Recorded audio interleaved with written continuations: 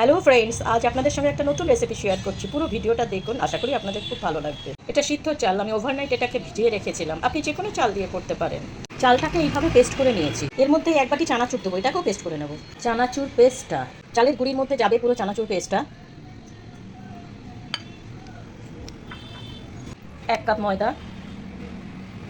1 cup বেসন।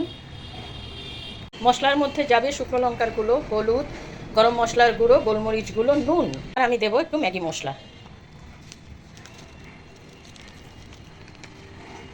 দেখুন ব্যাটারটা এরকম হবে।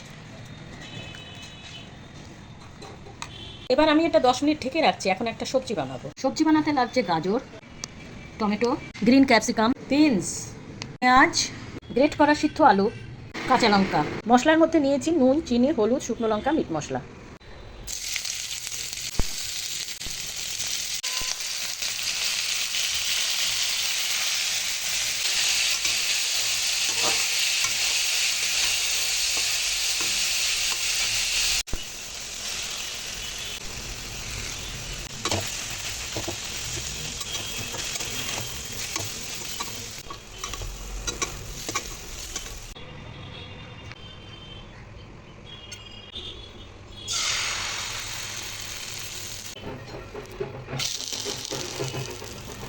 তৈরি হয়ে গেল চানাচুরের প্যানকেক আর সবজি।